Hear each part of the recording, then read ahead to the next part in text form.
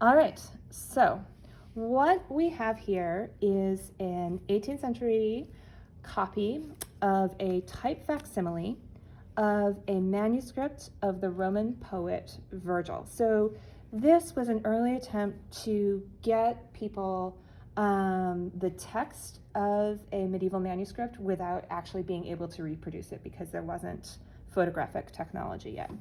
But the reason that this is so interesting from a history of the book perspective is this book has never been bound. All of the sheets have been folded up the way that they would have in preparation for binding, but as far as we know, the book just sat there. So as you will have learned from our reading, books were sold in sheets. They were not bound to begin with, but because these have not been bound, we can actually unfold them and see what the structure of early printed books looks like. So you can see this is in Latin. Because it's a type facsimile, the manufacturers have, or the printers rather, have invented some unusual letters to reflect the early writing. But basically this is Latin. You can also see that they have used red ink.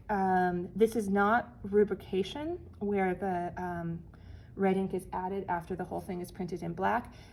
A sheet like this had to go through the press twice, once with the red type inked up and once with the black type inked up. So I'm going to now kind of open us up to the middle of the book. And here, let's see what happens when I unfold it. So this would have been a sequence of 1, 2, 3, 4, 5 folios, but it's never been cut. So you can see that the middle fifth is a singleton, right? Just one. But if we unfold this,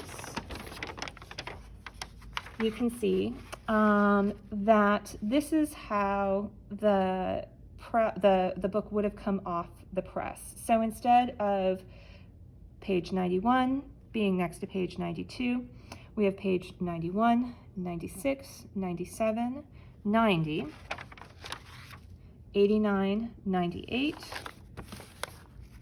95.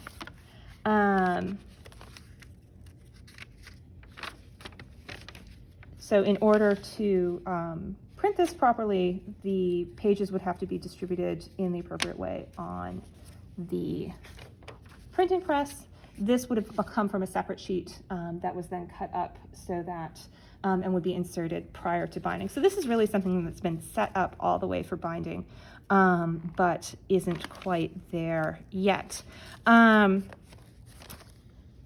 This is a catchword.